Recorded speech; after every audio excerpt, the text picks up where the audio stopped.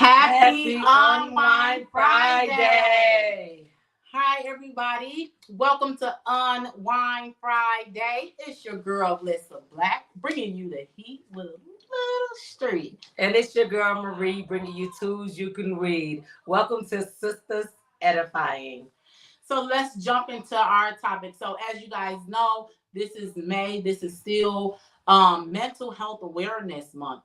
One of our viewers asked us to do a topic, and the topic is going to be schizophrenia.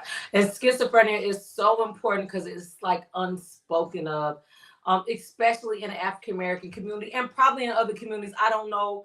I only know about, the community that I'm most familiar with because a lot of people don't talk about it. They use the word crazy. So this viewer, somebody is most dear to us and they want us to talk about it to bring awareness to it so they can be accepted and have some grace toward them so that other people who's suffering from it can be free to talk about it and seek the help that they need. So this topic is a very important.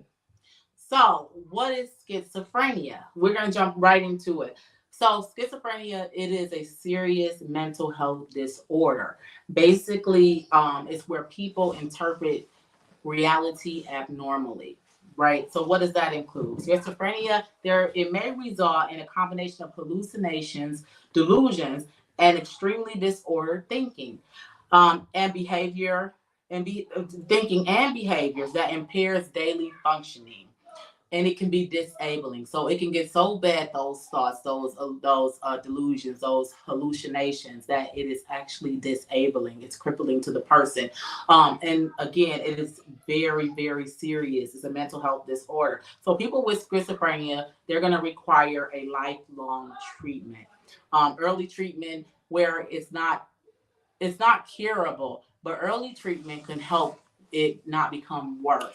And usually, if schizophrenia starts in a kid, they don't diagnose it until they're adults. So they'll diagnose it as bipolar paranoia, or something like that. But they would not diagnose your young teen until they become adults with the official label of schizophrenia. Right. So but with teenagers, we're going to show you some ways that you can identify it in your teenager. But it is important for us to note that it can show or itself as other things show as well. Very so we will young. get in there as well. I'm talking about from experience as young as 14, schizophrenia can show. So again, although it's not a treatment, it is better to get it treated early as possible because it may make the outlook of it, the longer term outlook, better for the person, and to have a treatment that is continuous. So you find that perfect treatment for them and you keep it going. So let's talk about symptoms of it. What does it look like? I'll do that. So one of the symptoms is delusions. Delusions, everybody know delusions is false beliefs, believing that somebody's trying to hurt you, poison you, that the government is after you, or that you're going to go to hell, or that things that are not there. That's a delusions. And also from our research, these are false beliefs that are not based in reality. For example, you think that you're being harmed or harassed. Certain gestures or comments are directed at you. You have exceptional ability of fame. Another person is in love with you, or a major catastrophic about to occur. Delusions occur in most people with schizophrenia. You could think somebody is after you, that you hear voices in your radio, that you hear it in your phone, that family members that you absolutely love are against you. Right. And a good example of that, I don't know if you guys ever seen the movie called A Beautiful Mind. Mm-hmm. He was living this entire life where he thought he was working for the government. He was going to pick up like envelopes thinking he was like working for them, and he was on this secret mission. He had this entire life that really did not exist. But it is important to know delusions and hallucinations are different. So let's talk about hallucinations. Yeah. So hallucinations, these usually involve seeing or hearing things that just does not exist. They're just not there. But the person, it's important for us to have grace, because the person who is experiencing these symptoms from schizophrenia, they really believe it's there and it's not their fault. You know what I'm saying? Yet for the person with schizophrenia, they have a full force and impact of a normal experience. Hallucinations can be of any of senses, but hearing voices is the most common of the hallucination. Hearing voices, or even seeing things. Like I had someone that I know who had it seen something come back to life, like a bug or something like that, and they related it to the Bible, and I was there, and nobody else seen it, but they seen it, they experienced it, they feel all the senses to this. This is absolutely real to them. So then it is another symptom would be disorganized thinking and speech. So disorganized thinking and speech interferes with like conversations. They do like they'll answer or ask half questions. The speech may include putting together meaningless sentences, things that don't make sense. They're saying things, they're saying a lot of things, or they're laughing to themselves, or something's going on, but you're like, what? And if you ask them a question, they can't really fully put it together where it makes sense. So that's disorganized thinking. The next one is extremely disorganized or abnormal motor behavior. Again, laughing, doing little things. They look like they're talking to somebody. You may see them like off to the corner or doing little things with their hands. Things that you would, or even wearing sunglasses because they feel like it's protecting them and they're hiding from something. You know, or the behavior look like it's being forced, like they're being forced to do something. You were like, okay, all right, and they'll do little things like that. So these are things we want you guys to look out for, because you may in our, we say things that are not entirely true, or we don't say it correctly. Like we're like, oh, they crazy, or this and that. But the truth is, they're suffering from a mental disorder, and we shouldn't call them those names because it's a derogatory term when there is a medical term for it. So it's important to understand what these people are going through, what it looks like, so that it can be correctly named and correctly said. And that's the reason why me and Melissa bring these topics every week. I know that people they enjoy the drama topics, but this is important. We're looking for a family of people to be comfortable with and be knowledgeable about the mental illness in this world and the things that we can do to edify and make us better and make everybody understand each other so we can love each other equally and be everybody just live on a highest frequency. Even those who suffer with mental illness in our family, treat them with kindness and care. That's the reason why we bring these topics. Right. And I can remember and us growing up, we've seen so many mental health things that happened that we wrote off as crazy or drunk or whatever it was. Our families or our mothers or aunts, like they probably didn't know. So it's not to knock them, because you only know what you know, right? But in our communities, we're not talking about mental health and we're not talking about these disorders and what they look like, then they don't know either. So a lot of people went untreated. A lot of people self-medicated with things like drugs or alcohol, anything to mask that pain, because it's painful. It's a painful reality, because for them, everything seems so real. Absolutely. And you know what, Melissa? In our family, we have so many people, and it's so important to be knowledgeable about it because we were ignorant to it, but now we're not. I mean, we were so knowledgeable about it that when we seen a recent episode a couple months ago from somebody who was a Facebook friend, we knew what it was immediately. Even though everybody was on there, are you okay? You tripping? Telling him to get guns and things like that. But we knew that he had a psychotic break and that he might have been suffering from schizophrenia. Thank God he had a family member who was knowledgeable too and encouraged him to go get help. And he was able to come back and tell his experience of what he went through. This is important, that we don't laugh it off, push them off as crazy, or that they might be on drugs. Because schizophrenia is a real thing. Yes. And don't negatively influence them. Like, because they can hurt themselves or others. And then it also comes with negative symptoms. Negative symptoms mean that they don't take care of their hygiene. They no longer brush their teeth. It's just or they can think certain family members or certain friends or people who they absolutely love are trying to harm them if you feed them the wrong information. It's always important to become knowledgeable at these so we can always be honest with them. The more honest we are with people who are suffering from something like schizophrenia is like probably one of the worst mental illness you can have.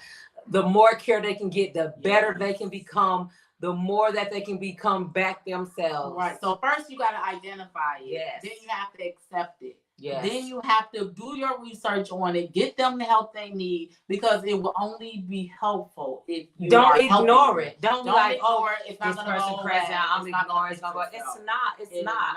And it's gonna harm that person more when you can be honest and say, listen, sister, brother, friend, uncle, aunt, I think you may be suffering from this.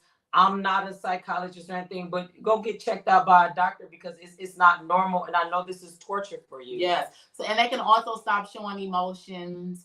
So like if you have someone and suddenly their mood is changing, they're not taking care of their hygiene, they're doing those abnormal functionalities, like they're talking to themselves, whispering or laughing, it may be time to get them some help. It may be time to acknowledge the situation because it only gets worse. It does not fix itself. It will not go away. It will only be managed if you get them the proper help. So then the next thing is we're going to talk about is symptoms in teenagers, because it's so important because a lot of us, we chop it up to they're being a teenager, they're acting weird. I know from experience, they're acting weird until things get too serious and too deep.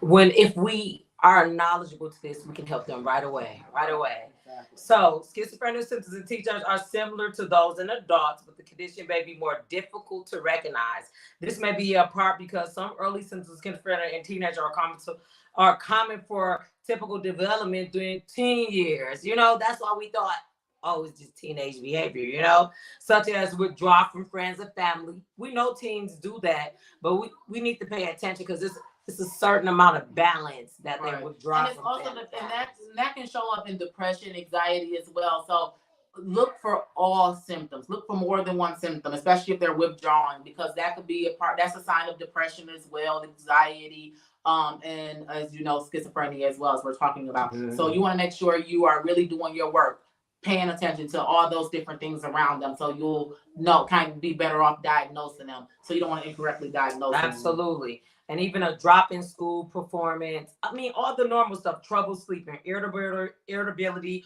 or depressed mood, lack of motivation. Also, recreational substance use such as marijuana, methamphetamine, or LSD can sometimes cause similar signs and symptoms. Compared with schizophrenia symptoms in adult, teens may be less likely to have delusions. So that's back to that self-medicating, when they're doing drugs or trying drugs because they believe it's going to help them.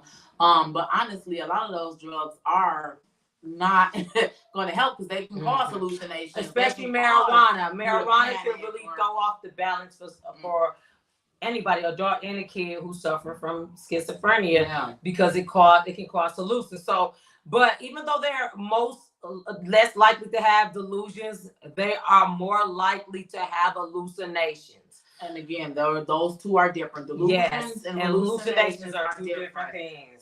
So the difference is a delusion is like a belief, basically. Somebody in love with me or somebody's after me. A hallucination is, oh, look, that door just moved, or oh, look, it's a lady standing right there. So it is important to differentiate things that are not there. So there is a difference. So then you want to know, when is it time to see a doctor, right? You've been experiencing this with a loved one, a friend, or even yourself. You've noticed these different symptoms. You feel like something's not right. You're doing things you normally didn't do. So people with schizophrenia often lack awareness that they're having difficulties. And we, like I said, we've seen this in person. They don't normally know it's happening. Yeah. You ever heard the term? I don't want to say, but people say, I'll say mental people don't know they're mental. They don't. Right? Because everything feels normal, because everything seems like it's reality. Brought to their awareness. Right. So, their awareness that their difficulties stem from a mental health disorder that requires medical attention. So it often falls on the family and friends. I'm going to say that again. Getting help for your loved one is going to fall on the family and friends. That means you. You. Why? Because they don't know that they're mentally ill. They don't know something is happening because it all feels real. So it is up to you to identify those things, start talking to somebody that's and let them know what's going on so they can help you identify and give you some more information, and then go take them to get some help, because they're not going to go on their own, because 9 times out of 10 they don't know what's happening. So helping someone who may have schizophrenia, what does that look like? If you think someone may have symptoms of schizophrenia, you want to first talk to them, him or her, about your concerns. Hey, I've noticed that you've been kind of off to yourself. I noticed that you're having conversations, but it's only you there, and that you seem to be laughing quite a bit. Or you think I'm trying to hurt you or poison you? Yeah, but I love you. Do you think we should go talk to someone? So although you can't force someone to seek professional help, you can offer encouragement and support. So you want to come to them loving. You want to come to them as supporting. Hey, I want to be here for you. We're going to get through this together. Let's go talk to, I know a friend. She's a counselor or she's a psychologist. Let's go talk to her and just see what she thinks. So you want to make sure you get somebody who's qualified. Again, we are not psychologists. We are not psychiatrists. We are doing research for you, and we want to help you be able to identify these things so that you can go get the help that you need. And we want to bring up those topics because a lot of people in our community, we don't really have these conversations. We don't, and we want to have these conversations. Yes, we want to. We want to make it a norm to have these conversations so that everybody in our lives can live at that highest frequency, because it's important. Our family is important. You're important. If you're suffering with schizophrenia, you don't have to be ashamed. Yes. So go ahead. Okay. Sorry, I want to cut you off now. So if your loved one poses a threat to themselves, to you, of course, and if you start seeing they can't get their own food, you see that they can't get proper sheltering, because a lot of them, they'll go homeless. What was the movie that Beethoven that Jamie Foxx played in? They want to be homeless. A lot of them, they'll go and live on the streets because they can't deal with living in the house. So if you begin to see those things, you want to call 911. You want to call the hotline, because I know it says suicide hotline. You have it on there. The reason why I have suicide hotline help as well. People with schizophrenia a lot of times feel very tortured. And that's another part. Yes. So that will be the other part. So they have a lot of suicidal. If they start having a lot of suicidal thoughts and behaviors, suicidal thoughts and behavior are common among people with schizophrenia. If you have a loved one who is in danger of attempting suicide or may have a suicide attempt, make sure someone stays with that person. You want to call 911 or your local emergency number, or call that number right there on your screen. That number right there, the suicide hotline, can get you to every other information that you need. Yes, but if you think you can do so safely, then you are welcome to put them in a car, calm them down, and get them to a hospital, get them the help that they need. So let's talk about some causes. So we talked about what it looks like, the symptoms, what it looks like in teenagers, when it's time to seek professional help, and who needs to help do that. Let's talk about the causes of schizophrenia. So schizophrenia can be genetic. It can be genetic because if you have a lot of schizophrenia in your family, it's because it can be genetic. Yes, it's hereditary. So it's hereditary. It can be genetic. It also can be brought on from drug use. It can be brought on by a brain injury. Say you're skateboarding, you fall and hit your head, or any type of brain injury. Schizophrenia, it's not, research believes that the combination of genetics, brain chemistry, and environmental contributes to the development of this disorder. Problems with certain naturally occurring brain chemicals, including neurotransmitters called dopamine and glutamate, may contribute to schizophrenia. Neuroimaging studies show that differences in the brain structure and structural and central nervous system of people with schizophrenia, while researchers aren't certain, but the significance of these changes indicates that schizophrenia is a brain disease. So, risk factors. So those are some of the causes, but although there is not anything that's precise to schizophrenia, and what's going to guarantee that you get it, there are some triggers. Again, having that family history, so hereditary, some of pregnancy and birth complications.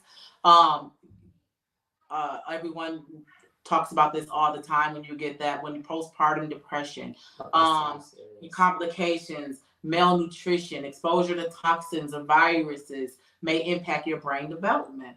Taking mind-altering psychotic drugs, especially during your like teenage and young shrooms, adult years. acid, things like that cause people to hallucinate, that can change your life forever. It can. And I know sometimes we get with our friends and we think it's going to be fine, especially in your teenagers, especially in the young adults. Those things are is at a critical point in your life and your brain development where it can trigger schizophrenia. Not that it's going to cause it. So let's be clear. Yeah, most times this is already there. Something that could be laying dormant in your brain, but these are triggers for it. It can cause it to go off again, falling, viruses, malnutrition, pregnancy complications, trauma. Those things can trigger it.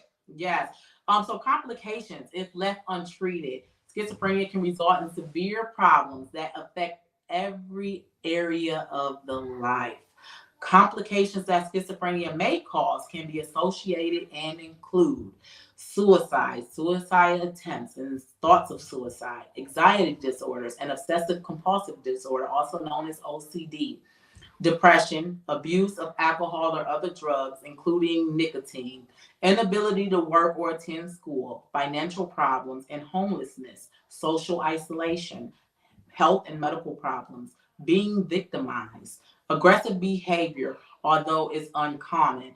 So normally they're not going to hurt anybody. It's more so themselves, or they feel like somebody is going to hurt them. Mm-hmm. So they're most likely not. But aggressive. Even though they feel like somebody's going to hurt them, it tears families apart. It do. So, but don't isolate them. Be there for them. Be that safe haven. You're going to have some uncomfortable conversations. If you feel like you cannot have those uncomfortable conversations, send them to somebody who can, because you don't want to leave those thoughts just running. You want to make them feel loved. You want to make them feel a part of the family. You want to make them feel a part of the circle. You want to make them feel supported. You don't want to make them feel alone, like they're going through this alone. So you want to always let them know you are not alone. You have an entire village. If that one person cannot talk to you about it, someone else can. Do not give up. You are not alone in your fight. This is not something that's uncommon.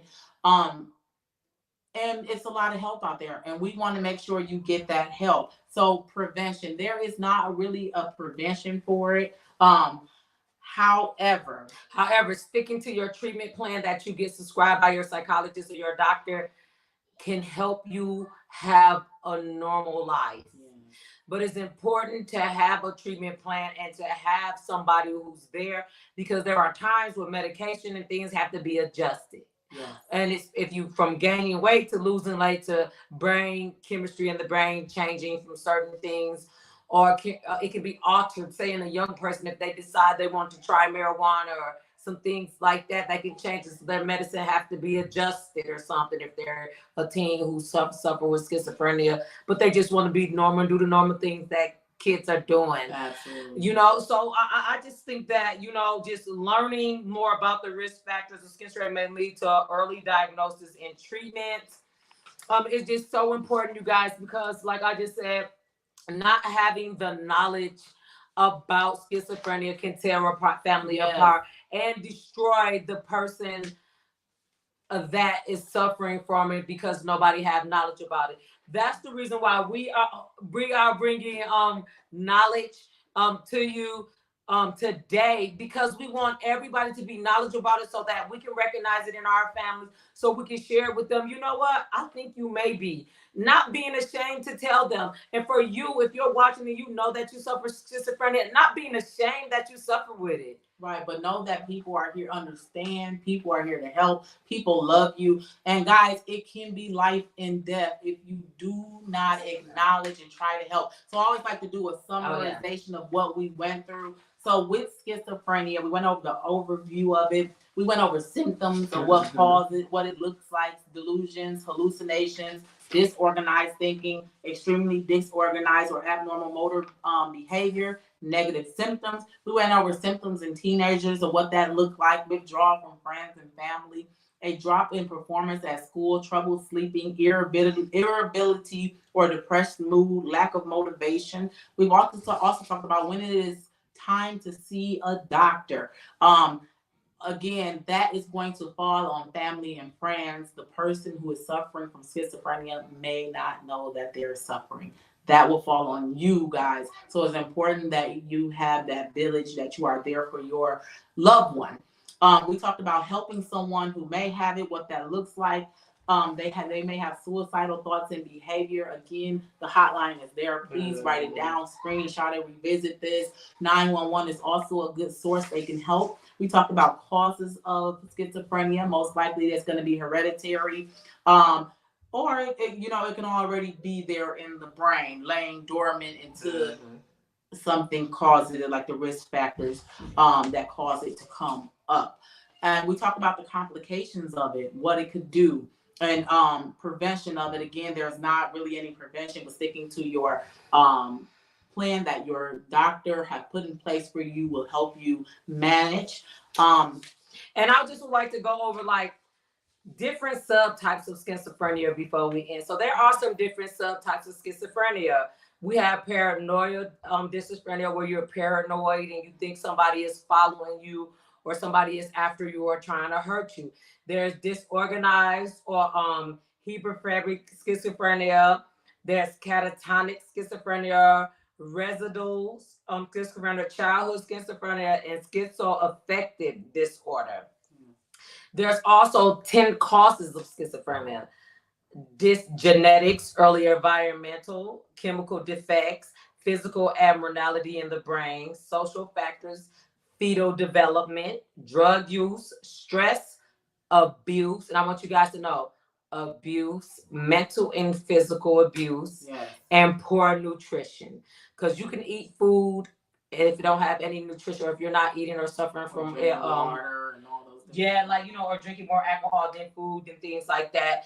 And how did and then there's some treatment. There might not be a cure, but there are treatments. Yes, there's two different types of treatment. There's an antipsychotic medication and a physiosocial treatments. And physiosocial treatments that you can take to make you feel as normal as you can feel with schizophrenia. Mm-hmm.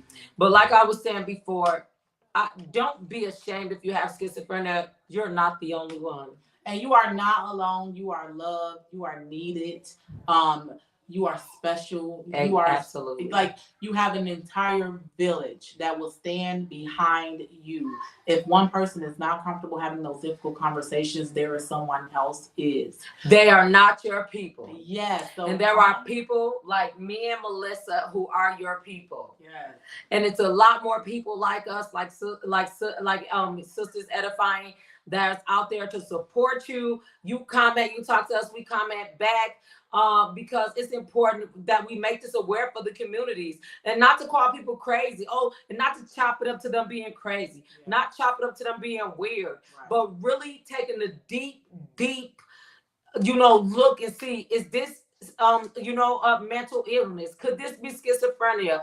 Could my cousin not be trying to attack me purposely? Could she or he be suffering from mental illness and don't understand what's going on with them right now? Guys, we have experienced it. So please, guys, give a like and share this video to help ding that bell so you can get notifications every Friday at 8 p.m. when we have Unwind Friday. We bring these topics. Leave a topic that you would like us. Like, somebody literally wrote us and wanted us to talk about this. They want us to bring this to the light so people can understand that they are not crazy. Yes, so thank you all so much for joining us for Unwind Friday. As always, we always say drop a topic. Only thing you have to do is drop it. We will do the research for you and bring it before you. So thank you again for joining us. Again, give us some love. Like and share this video to help someone who may be suffering and may not know they're suffering. And turn on those notifications. Yeah, absolutely. We will see you next time. We will see you next Friday. And we love you guys. And see you next Friday.